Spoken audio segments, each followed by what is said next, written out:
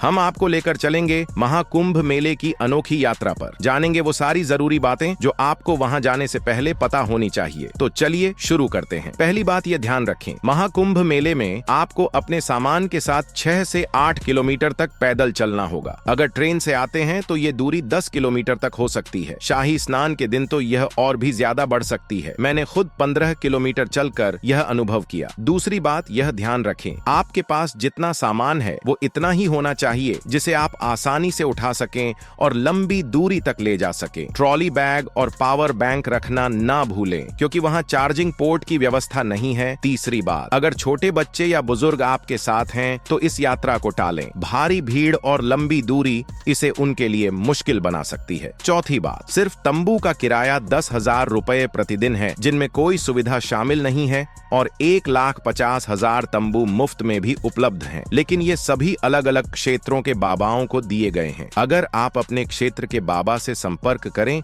तो आपको मुफ्त तंबू मिल सकता है, और कंबल खरीदने पर उपलब्ध होंगे, और खाने पीने का सामान भी मिल रहा है, लेकिन कीमत 2 गुना है। पांचवी बात, खाने पीने के लिए बहुत सारे भंडारे लगे हुए हैं जहां अलग अलग तरह की स्वादिष्ट रेसिपी मिलती है। साथ ही पेड फूड भी बहुत अच्छा उपलब्ध है। छठी बात, शाही स्नान के दिन आने से बचें। उस दिन भीड़ 10 गुना ज्यादा होती है और रास्ते कहीं से भी डाइवर्ट कर दिए जाते हैं। सातवीं बात, रास्ते में अगर कोई समस्या हो तो नजदीकी पुलिसकर्मी से मदद लें। गलत मोड़ लेने पर आपको 1 से 2 किलोमीटर अतिरिक्त चलना पड़ सकता है। आठवीं बात, खोने और गुम होने पर 10 अलग अलग टावर बनाए गए हैं। साथ ही AI कैमरे भी लगे हुए हैं। वहां पर अनाउंसमेंट करवाना होता है। जैसे अगर आप संगम क्षेत्र में हैं तो टावर नंबर 1 पर अनाउंसमेंट कराना होगा। 9वीं बात, अपने ग्रुप के लिए एक पहचान चिन्ह जरूर रखें, जैसे एक जैसा रंग की टोपी, झंडा या कोई खास संकेत। 10वीं बात, टॉयलेट सुविधाएं। पूरे शहर में 2 लाख टॉयलेट लगाए गए हैं। मुख्य संगम क्षेत्र में आप जहां मीडिया की गाड़ियां पार्क होती हैं उस जगह के पीछे चले जाएं।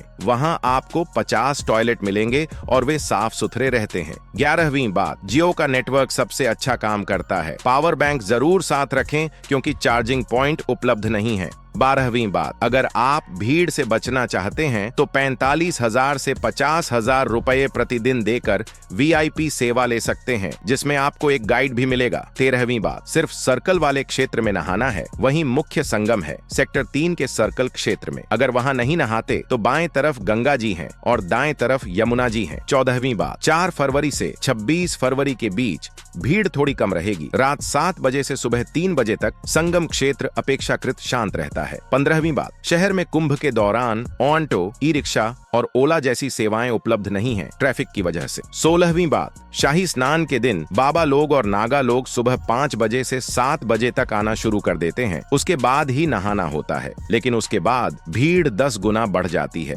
17वीं बात, संगम का पानी बहुत ही ठंडा है और मौसम भी बहुत ठंडा है, इसलिए रात के लिए गर्म कपड़े लेकर आएं।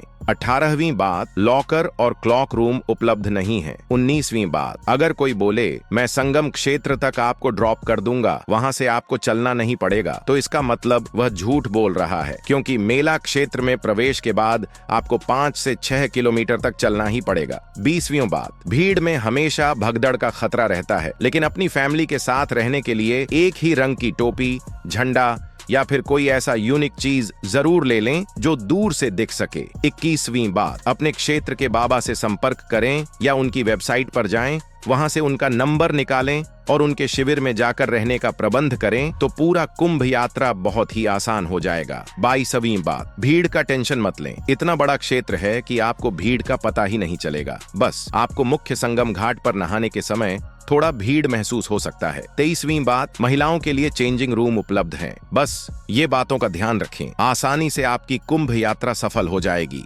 अगर आपको हमारी दी गई जानकारी अच्छी लगी तो वीडियो शेयर और कमेंट जरूर करना।